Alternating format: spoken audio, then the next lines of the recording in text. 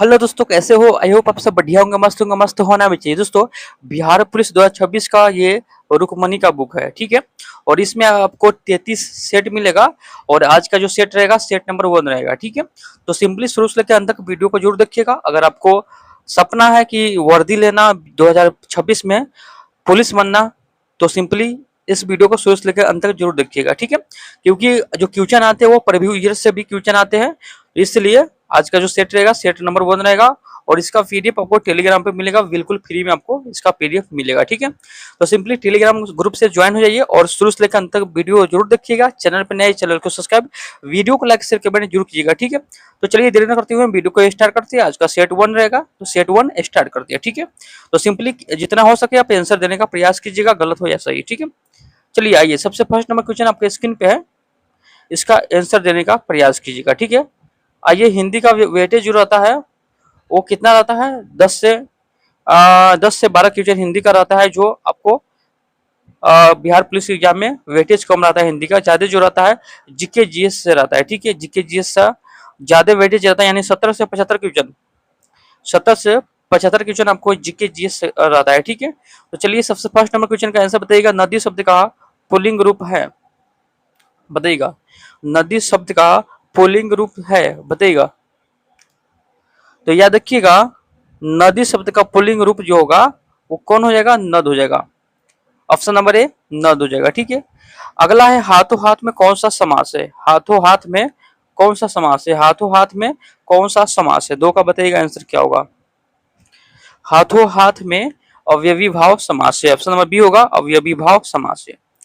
जलज शब्द का अर्थ बताइएगा। जलज शब्द का अर्थ बताइएगा। जलद शब्द के अर्थ होता है जल में जन्म लेने वाला। जल में जन्म लेने वाला, यानी ऑप्शन नंबर ए यहाँ पे सही हो जाएगा, याद रखिएगा, ठीक है। आइए 4 नंबर क्वेश्चन पर आते हैं, और काफी इंपोर्टेंट क्वेश्चन है, तो सिंपली याद करते ही चलिएगा, ठीक है। चलिए आइएगा, निम्नलिखित विकल्पों में तस्मस शब्द का चयन कीजिए। तस्मस शब्द का चयन कीजिए, बताइएगा 4 का आंसर क्या होगा। याद रखिएगा, एला जो है एक क्या शब्द है? एक तस्मस शब्द है, ठीक है।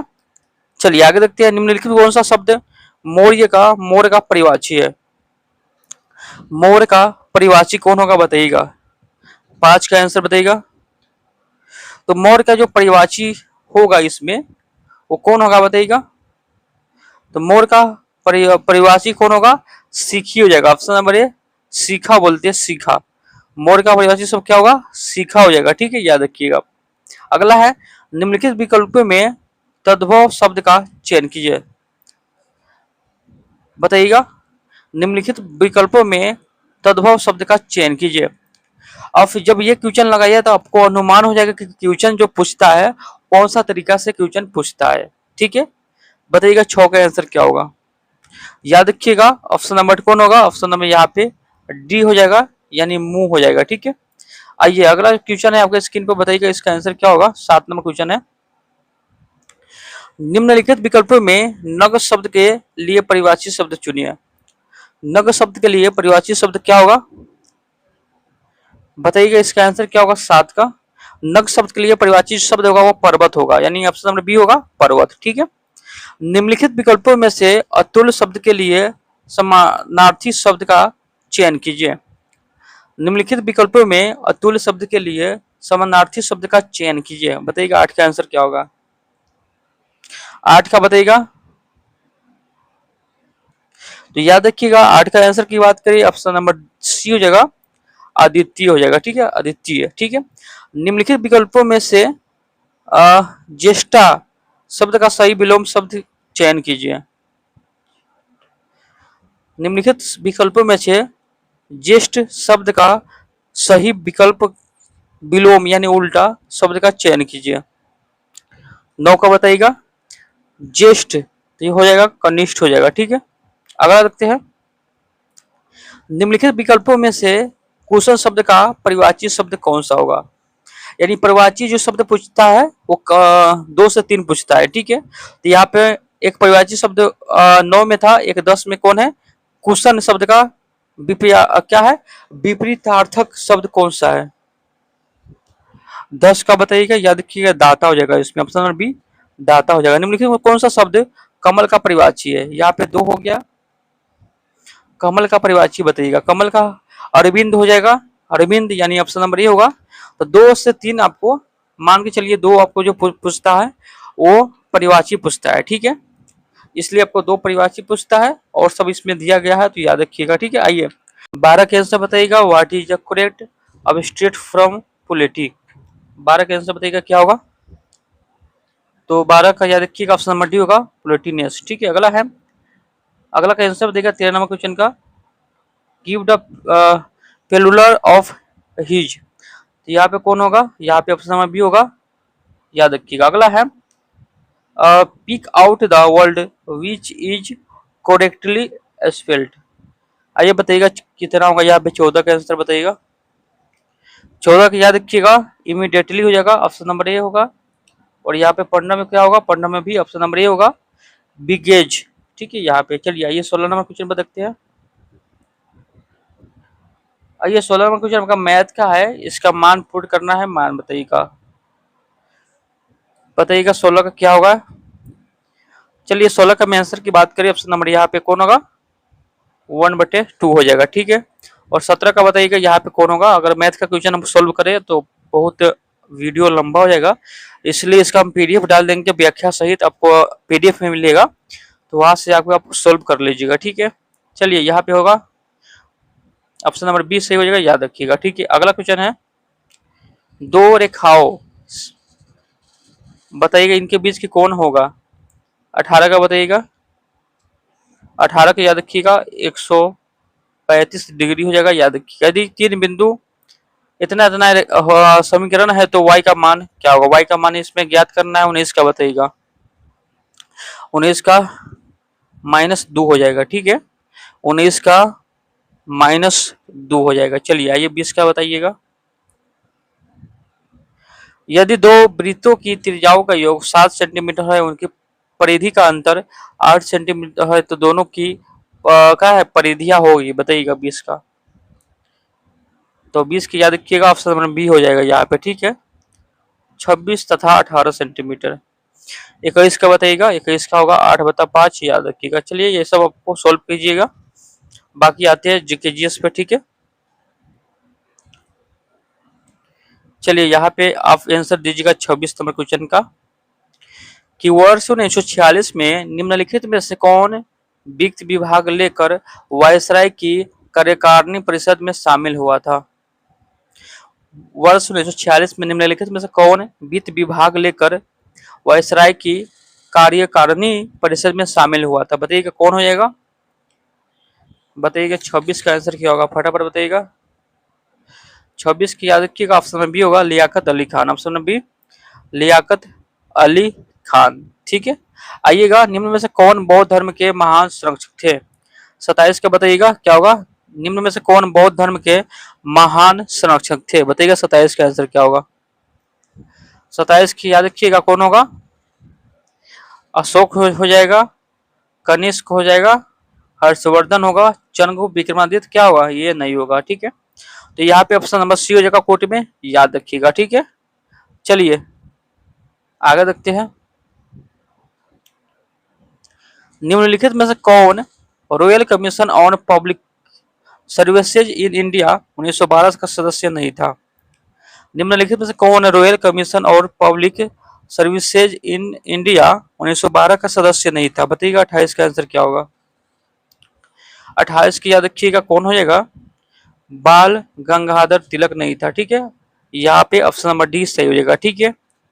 चलिए आगे देखते हैं, आगे है, निम्नलिखित में से किस एक पत्रिका का प्रकाशन महात्मा गांधी ने अपने दक्षिण अफ्रीका प्रवास के दौरान किया था?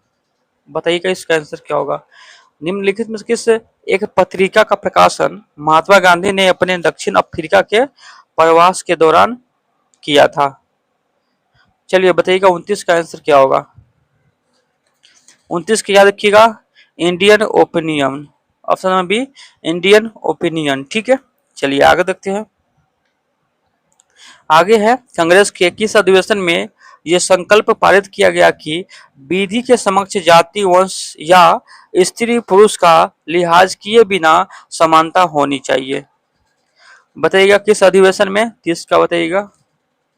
30 की याद की कराची अधिवेशन 1931 में, कराची अधिवेशन 1931 में, ठीक है।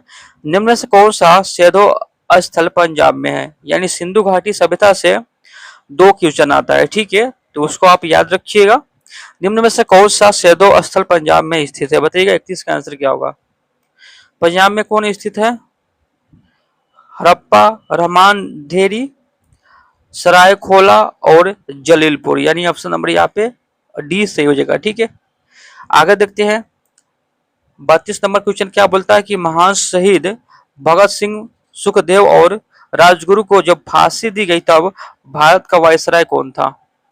महान शहीद भगत सिंह, सुखदेव और राजगुरु को जब फांसी दी गई तब भारत का वायसराय कौन था? बताइएगा 32 का आंसर क्या होगा और काफी इंपोर्टेंट है, याद रखिएगा लॉर्ड इरविन हो जाएगा, option number B Lord Irwin, ठीक है। ब्रह्म साम्राज्य का संस्थापक कौन था? ब्रह्म साम्राज्य का संस्थापक कौन था? ब्रह्म साम्राज्य का संस्थापक कौन था? राजा Ram Mohan Roy, option number D राजा राम मोहन राय। गौतम बुद्ध कहाँ पैदा हुए थे? गौतम बुद्ध कहाँ पैदा हुए थे? गौतम बुद्ध जो पैदा हुए थे वो लुम्बिनी में हुए थे। लुम्बिनी कहाँ पड़ता है? नेपाल के साइड में पड़ता है, ठीक है। और गौतम बुद्ध का जन्म कब हुआ था? 563 ईसा पूर्व में, याद रखिएगा। आइए 35 नंबर की बुद्ध चरित्र का लेखक कौन था? बुद्ध चरित्र का लेखक कौन था? 35 का बताइएगा बुद्ध चरित्र का लेखक कौन था? अश्वघोष, ऑप्शन नंबर बी अश्वघोष, ठीक है। सिंधु घाटी के निवासियों को किस धातु का ज्ञान प्राप्त नहीं था? सिंधु घाटी के निवासी को किस धातु का ज्ञान प्राप्त नहीं था? तो याद रखिएगा वहां के जो निवासी थे, वहां के जो लोग थे, लोहे के ज्ञान उसके पास सभी प्राप्त नहीं था, इसलिए सी हो जाएगा, ठीक है। दिल्ली के किस सुल्तान ने घोड़े को दागने की प्रथा प्रारंभ की? तो सिंधु घाटी सभ्यता से 2 क्वेश्चन आता है, 2 क्वेश्चन आपका कंप्लीट हो चुका है यहाँ पे, ठीक है। इसलिए आप याद रखिएगा और हमारे चैनल को फॉलो जरूर कीजिएगा। चैनल पे नए, चैनल को सब्सक्राइब जरूर कीजिएगा, ठीक है। चलिए बताइएगा दिल्ली के किस सुल्तान ने घोड़े को दागने की प्रथा प्रारंभ की? 37 का बताइएगा। 37 की याद रखिएगा अलाउद्दीन खिजली, ऑप्शन नंबर सी अलाउद्दीन खिजली। चालुक्य वंश की राजधानी थी, बताइएगा चालुक्य वंश की राजधानी थी, चालुक्य वंश की राजधानी थी 38 का बताइएगा। 38 की याद रखिएगा वो तापी थी। चालुक्य वंश की राजधानी कहाँ थी? वो तापी थी। चालुक्य वंश की राजधानी कहाँ थी? वो तापी थी, ठीक है। और अच्छा से अच्छा इस वीडियो को शेयर कीजिएगा, अगर जो भाई बिहार पुलिस की तैयारी कर रहे होगा उसके पास जरूर वीडियो को शेयर कीजिएगा, ठीक है। चलिए आगे देखते हैं, यहाँ पे 39 नंबर क्वेश्चन है, प्राचीन भारत में निम्नलिखित में किस शासक ने जैन धर्म को स्वीकार संन्यास ले लिया? यानी जैन धर्म को स्वीकार करके संन्यास लिया, कौन सा शासक हो जाएगा? बताइएगा 39 का। 39 का चंद्रगुप्त मौर्य हो जाएगा, option number B Chandragupta Maurya. निम्नलिखित में कौन सा एक युग्म सुमेलित नहीं है? निम्नलिखित में से कौन सा युग्म एक है जो सुमेलित नहीं है? कानपुर तो नाना साहेब, याद रखिएगा ये सब इंपॉर्टेंट है। कानपुर से नाना साहेब, झांसी से लक्ष्मी भाई नेतृत्व किए थे, और ग्वालियर से तात्या तोपे, और इलाहाबाद से कौन किए थे? बताइएगा, ये आपको गलत होगा, कुंवर सिंह नहीं होगा। तो इलाहाबाद से कौन किए थे बताइएगा, आप लोग कमेंट कीजिए तो इलाहाबाद से कौन किया था। तो याद रखिएगा इलाहाबाद से हम बताएंगे, इलाहाबाद से आपको कुंवर सिंह नहीं किया था। इलाहाबाद से अली लियाकत अली खान ने 1897 के विद्रोह का नेतृत्व किया था। किसने किया था? लियाकत अली किया था। इस पे यहाँ पे जो होगा वो लियाकत अली होगा, ठीक है। ये कुंवर सिंह नहीं हो जाएगा, ठीक है। चलिए आगे हम देखें, कुंवर सिंह की बात करें हम, कुंवर सिंह जगदीशपुर बिहार में विद्रोह का नेतृत्व किया था कुंवर सिंह, तो इसको याद रखिएगा, ठीक है। चलिए आगे देखते हैं, 41 नंबर की ड्रेस वर्ग किस देश का एक प्रसिद्ध पर्वत है? ड्रेक ड्रेक क्या है? ड्रेस वर्ग किस देश का एक प्रसिद्ध पर्वत है? तो याद रखिएगा यहाँ पे हम बात करें डी का, दक्षिण अफ्रीका संघ के है, दक्षिण अफ्रीका संघ के, याद रखिएगा। अगला है अधिकतर भारतीय किस समूह में है? अधिकतर भारतीय किस समूह में है? याद रखिएगा ये Caucasian, option number A Caucasian समूह में है। ठीक है, कर्क रेखा और मकर रेखा के बीच क्षेत्र को क्या कहा जाते हैं? यानी कर्क रेखा और मकर रेखा के बीच को क्षेत्र को क्या कहते हैं बताइएगा। 43 का आंसर क्या होगा? 43 के देखिए उष्ण कटिय बांध बोलते हैं, ऑप्शन नंबर सी उष्ण कटिय बोलते हैं। ठीक है, याद रखिएगा। ठीक है, आइए अगला देखते हैं। समुद्री तट के सहारे कोहरे के निर्माण का कारण है। समुद्री तट के सहारे कोहरे कोहरे के निर्माण का कारण है, तो याद रखिएगा अभिवाहक अभिवहन। ठीक है, हिमालय पर्वतमाला में उत्तर दक्षिण की ओर जाते हुए पर्वतों दरों का सही अनुक्रम कौन सा है? हिमालय पर्वतमाला में उत्तर से दक्षिण की ओर जाते हुए पर्वत दरों का सही अनुक्रम कौन सा है बताइएगा। 45 का याद रखिएगा चार्डिंग, शिल्पकी और मुलिंग हो जाएगा, ऑप्शन नंबर बी यहाँ पे सही हो जाएगा। गंगा नदी के सहायक नदियों में उत्तर की ओर बहने वाली नदी कौन सी है बताइएगा। 46 का यहाँ पे सोन नदी हो जाएगा, याद रखिएगा सोन नदी हो जाएगा, याद रखिएगा। ठीक है, सोन नदी के जो लंबाई है वो 784 किलोमीटर है। ठीक है, याद रखिएगा। भारत में शुष्क खेती के अंतर्गत एक प्रमुख फसल निम्नलिखित में कौन सी है? भारत में शुष्क खेती के अंतर्गत एक प्रमुख फसल निम्नलिखित में कौन सी है बताइएगा। 47 का 47 की याद रखिएगा बाजरा हो जाएगा, ऑप्शन नंबर सी बाजरा हो जाएगा। ठीक है, निम्नलिखित नदियों समूह में से किस समूह की नदियां का उद्गम मानसरोवर झील के निकट हुआ है? यानी मानसरोवर झील के निकट है बताइएगा। 48 का याद रखिएगा ब्रह्मपुत्र, सतलज और सिंध नदी। ठीक है, अगला है उत्तर से दक्षिण की ओर जाते हुए नीचे दिए गए पर्वत श्रेणी का कौन सा अनुक्रम सही है? 49 का बताइएगा आंसर क्या होगा। 49 का सी होगा, यानी सोन पर्वत श्रेणी, कैमूर पर्वत श्रेणी और रामगढ़ पर्वत श्रेणी हो जाएगा। ठीक है, भारत का अन्य आर्थिक क्षेत्र संलग्न क्षेत्र के आगे समुद्र में कितनी दूरी तक है? भारत का अनन्य आर्थिक क्षेत्र संलग्न क्षेत्र के आगे समुद्र में कितनी दूरी तक है बताइएगा। 50 का याद रखिए 200 समुद्री मील, ऑप्शन नंबर बी 200 समुद्री मील। ठीक है, अगला है निम्नलिखित राष्ट्रमार्गों में से किसकी सबसे अधिक लंबी है? निम्नलिखित राष्ट्रमार्गों में से किसकी सबसे अधिक लंबाई है बताइएगा। 51 का 51 के याद रखिएगा कोलकाता हाजीपुर, कोलकाता हाजीपुर की है, कोलकाता हाजीपुर की है, कोलकाता हाजीपुर की सबसे लंबा है, याद रखिएगा। ठीक है, 1900 कितना है 1949 किलोमीटर। ठीक है, चलिए आगे देखते हैं। यहाँ पे 52 नंबर क्वेश्चन पर आते हैं और सारे क्वेश्चन आपके लिए इंपोर्टेंट है तो याद करते चलिएगा। ठीक है, आइए भारत का देशांतर विस्तार बताइएगा, काफी इंपोर्टेंट है और काफी बार पूछा जा चुका है। भारत का देशांतर विस्तार बताइएगा। भारत का देशांतीय विस्तार है 52 का आंसर बताइएगा। भारत का देशांतरीय विस्तार है, तो 52 के आंसर की बात करें क्या हो जाएगा, याद रखिएगा ऑप्शन नंबर बी होगा 68 डिग्री 7 मिनट पूर्व से 97 डिग्री 25 मिनट पूर्व तक। ठीक है, यहाँ पे ऑप्शन नंबर बी से होगा, याद रखिएगा।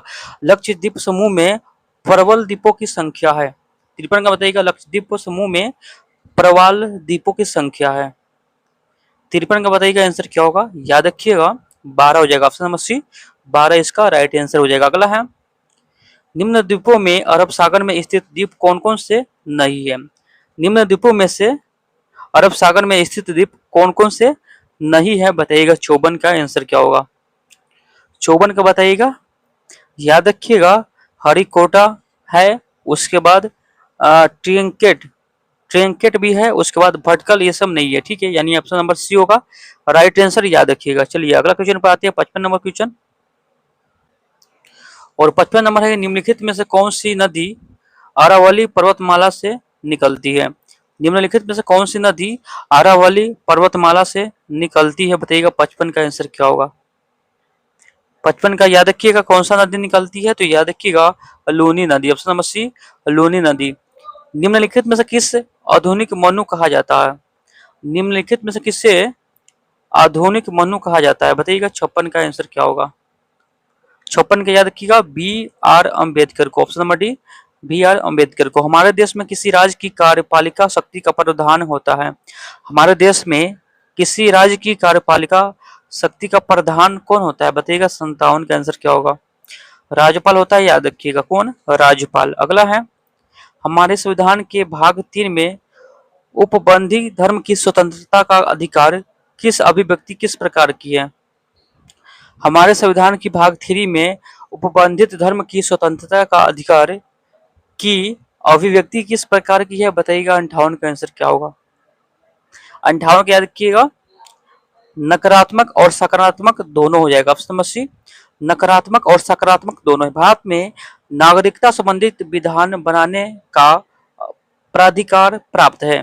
भारत में नागरिकता संबंधी विधान बनाने का प्राधिकार प्राप्त है। किसके पास प्राप्त है? तो 59 का बताइएगा।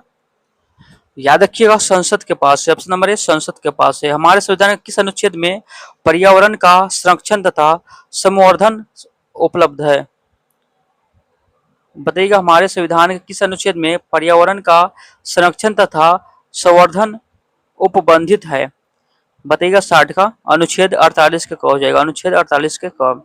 भारतीय संविधान में सार्वजनिक वयस्क मताधिकार की व्यवस्था किस अनुच्छेद में उल्लिखित है? बताइएगा, भारतीय संविधान में सार्वजनिक वयस्क मताधिकार की व्यवस्था किस अनुच्छेद में उल्लिखित है? बताइएगा 61 के आंसर क्या होगा? 61 का अनुच्छेद 326। अनुच्छेद 326। आइएगा अगला क्वेश्चन है, संविधान के प्रमुख समिति के अध्यक्ष डॉक्टर बी आर अम्बेडकर ने किस अनुच्छेद को संविधान का हृदय एवं आत्मा कहा? बताइएगा, यानी डॉक्टर बी आर अम्बेडकर ने किस अनुच्छेद को संविधान का हृदय एवं आत्मा कहा? बताइएगा 62 का आंसर क्या होगा? अनुच्छेद 32 को। याद रखिएगा, इंपोर्टेंट है। अनुच्छेद 32 को हृदय एवं आत्मा कहा। किसने कहा? डॉक्टर बी आर अम्बेडकर ने कहा। ठीक है। सर्वोच्च न्यायालय को संविधान के किस अनुच्छेद समूह से न्यायिक पुनरावलोकन की शक्ति प्राप्त होती है?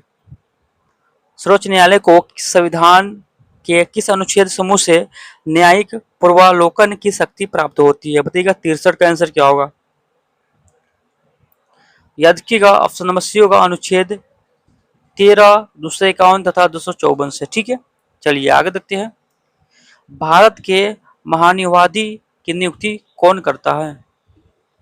भारत के महान्यवादी की नियुक्ति कौन करता है? बताइएगा 64 का आंसर क्या होगा?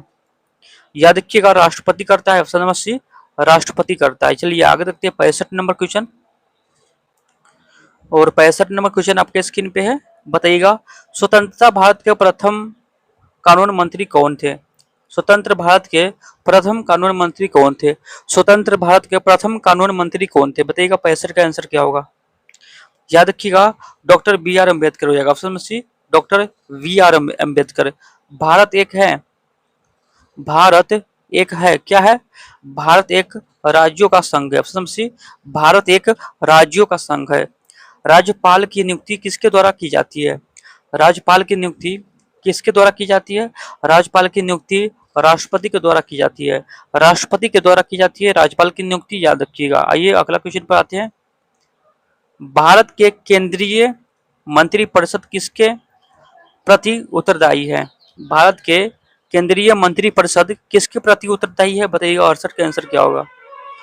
68 की याद रखिए, लोकसभा के प्रति उत्तरदायी है। Option number A, Lok Sabha. Bharat के राष्ट्रपति का कार्यकाल कितने वर्ष का होता है? भारत के राष्ट्रपति का कार्यकाल कितने वर्षों का होता है? बताइएगा 69 का आंसर क्या होगा? याद रखिएगा, 5 वर्षों का होता है। ऑप्शन नंबर सी, 5 वर्षों का होता है। भारतीय संविधान की प्रस्तावना में 24वें संविधान संशोधन द्वारा कौन से शब्द जोड़े गए? बताइएगा, भारत संविधान की प्रस्तावना में 42वां संविधान संशोधन द्वारा कौन सा शब्द जोड़े गए? बताइएगा 70 का आंसर क्या होगा? 70 का याद रखिएगा, समाजवादी, धर्मनिरपेक्ष तथा राष्ट्र की अखंडता। ऑप्शन नंबर सी यहाँ पे सही हो जाएगा, याद रखिएगा। अगला है, रेलवे प्लेटफॉर्म के किनारे पर खड़े बालक के सामने तेज गति से रेलगाड़ी के गुजरने पर बालक बालक पर क्या प्रभाव पड़ेगा बताइएगा। रेलवे प्लेटफॉर्म के किनारे एक बालक खड़ा है, उसके सामने से तेज गति से रेलगाड़ी रेलगाड़ी जो गुजरती है तो बालक पर प्रभाव क्या पड़ेगा बताइएगा। 71 का आंसर क्या होगा। तो बालक जो होगा गाड़ी की ओर गिर सकता है, गाड़ी की ओर बालक गिर सकता है, याद रखिएगा। चलिए आगे देखते हैं। टेलीविजन के सिग्नल एक निश्चित दूरी के आगे आगे के स्थानों पर साधारणतः नहीं प्राप्त हो पाते, क्योंकि टेलीविजन के सिग्नल एक निश्चित दूरी के आगे के स्थान पर साधारणतः नहीं प्राप्त हो पाती है, बताइएगा। जैसे वाईफाई का जो रेंज होता है 200-300 मीटर, उसी प्रकार टेलीविजन का जो रेंज होता है वही तक सीमित रहता है, उसके आगे नहीं जा सकता है। क्योंकि उसमें क्या होता है बताइएगा, उसमें क्या होता है कि पृथ्वी की वक्रता के कारण सिग्नल वहां नहीं पहुंच पाता है। पृथ्वी की वक्रता के कारण सिग्नल वहां नहीं पहुंच पाता है। वर्षा का बूंद गोल होने के कारण, बताइएगा। ये सब पूछा गया है क्वेश्चन, इसलिए आपको आने वाला परीक्षा में, आने वाला एग्जाम में आपको संभावना है कि यही से रिपीट क्वेश्चन आ सकता है। ठीक है, 73 का बताइएगा। वर्षा की जो बूंदे गोल होती है होने का कारण बताइएगा। वर्षा की बूंदे गोल होने के कारण बताइएगा 73 का। याद रखिए, जल का पृष्ठ तनाव, जल के पृष्ठ तनाव के कारण, जल क्या पृष्ठ तनाव के कारण सरफेस क्या है, सरफेस टेंशन। ठीक है, तो जल का पृष्ठ तनाव के कारण याद रखिएगा। जल की छोटी बूंदों द्वारा प्रकाश के डायडस के इंद्रधनुष बनती है। जल की छोटी बूंदों द्वारा प्रकाश के डायडस के इंद्रधनुष बनती है, बताइएगा 74 का आंसर क्या होगा। याद रखिएगा, अपवर्तन एवं पूर्ण आंतरिक परिवर्तन से, अपवर्तन एवं पूर्ण आंतरिक परिवर्तन से। आइए अगला क्वेश्चन पर आते हैं। किसी व्यक्ति द्वारा अपना पूर्ण प्रतिबिंब देखने हेतु समतल दर्पण की न्यूनतम लंबाई, किसी व्यक्ति द्वारा अपना पूर्ण प्रतिबिंब देखने हेतु समतल दर्पण की न्यूनतम लंबाई होनी चाहिए, बताइएगा 75 का। 75 का याद रखिएगा, व्यक्ति की लंबाई की आधी होनी चाहिए, व्यक्ति की लंबाई की आधी होनी चाहिए। चलिए आइए आइए 76 नंबर क्वेश्चन पर आते हैं। और 76 नंबर क्वेश्चन है कि स्वतंत्र रूप से गिरने वाली वस्तु दूरी तय की गई दूरी किसके अनुक्रमानुपाती में है। स्वतंत्र रूप से गिरने वाली वस्तु द्वारा तय की गई दूरी किसके अनुक्रमानुपाती में है, बताइएगा 76 का। 76 का गिरने का समय का वर्ग, गिरने के समय का वर्ग। एक आदमी 8 किलो मतलब यानी 8 किलोमीटर पूर्व की ओर तथा फिर 6 किलोमीटर उत्तर की ओर चलता है, उसके विस्थापन का परिणाम है, याद रखिएगा 10 किलोमीटर हो जाएगा। Option number A 10 kilometre. अगला है, दो वस्तुओं के द्रव्यमान का अनुपात 1:4 है, उनका आयतन समान है, तो उनका घनत्व का अनुपात होगा, उनका घनत्व का अनुपात कितना होगा, उतने होगा, 1:4 होगा। शक्ति का मात्रक बताइएगा। यानी प्रकाश जानते हैं, प्रकाश जानते हैं, प्रकाश चैप्टर, प्रकाश यानी लाइट। तो लाइट से एक प्रश्न आता है, ठीक है। तो यही प्रश्न है कि शक्ति का मात्रक बताइएगा। 79 की याद रखिएगा, शक्ति का मात्रक क्या होगा, वाट होगा। ऑप्शन नंबर डी वाट हो जाएगा। निम्नलिखित में कौन सी घटना ध्वनि तरंगों द्वारा प्रदर्शित नहीं की जाती है। निम्नलिखित में से कौन सी घटना ध्वनि तरंगों द्वारा प्रदर्शित नहीं की जाती है, बताइएगा 80 का आंसर। याद रखिएगा ध्रुवन हो जाएगा। Option number C Dhruvan. अगला है, सूर्य से शुद्ध अल्कोहल किस प्रक्रम से प्राप्त किया जाता है। सूर्य से शुद्ध अल्कोहल किस प्रक्रम से प्राप्त किया जाता है, बताइएगा 81 का। याद रखिएगा ऑप्शन नंबर बी आसवन से, ठीक है।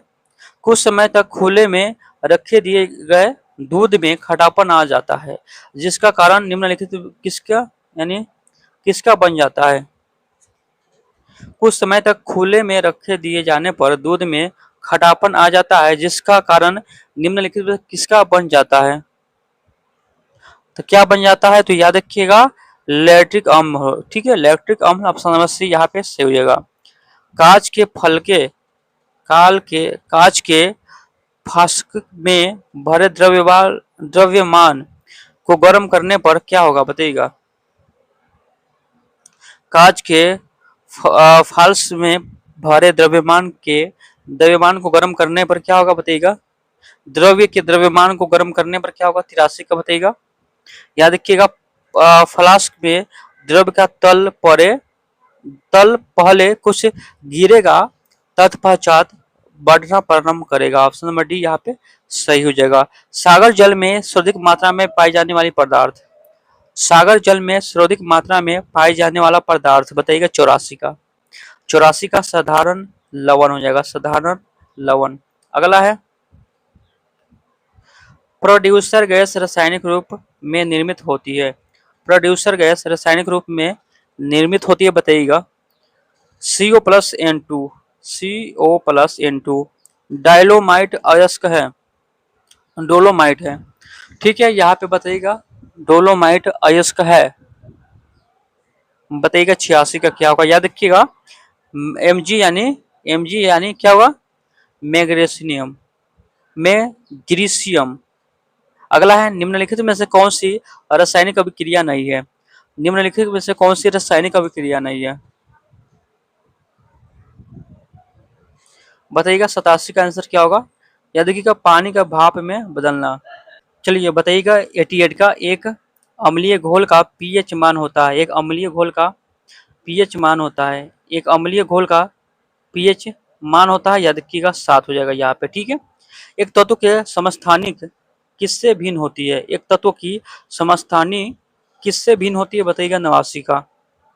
याद रखिएगा न्यूट्रॉन की संख्या से। ऑप्शन नंबर सी, न्यूट्रॉन की संख्या से। चलिए आगे देखते हैं। चलिए अगला क्वेश्चन आपके स्क्रीन पे बताइएगा, इसका आंसर क्या होगा। 90 नंबर की, वायुमंडल में कार्बन डाइऑक्साइड की मात्रा का % है, यानी प्रतिशत है। वायुमंडल में कार्बन डाइऑक्साइड की मात्रा का प्रतिशत है बताइएगा 90 का 0.03%। Option number A 0.03%। द्विनाम पद्धति निम्नलिखित संबंध है। आइए बताइएगा 91 का आंसर क्या होगा। द्विनाम पद्धति निम्नलिखित से संबंधित है।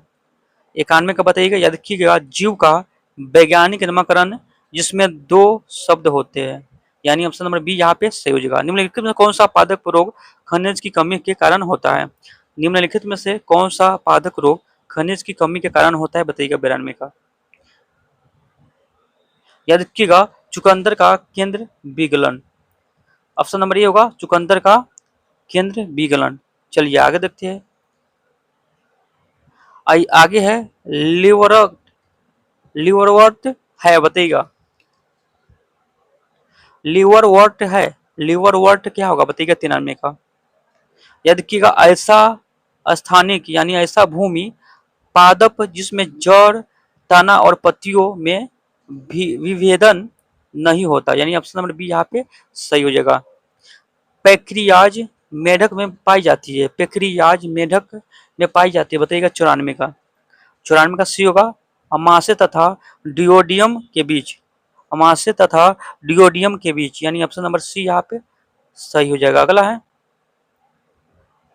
मेढक के हृदय के निम्नलिखित भाग होते हैं।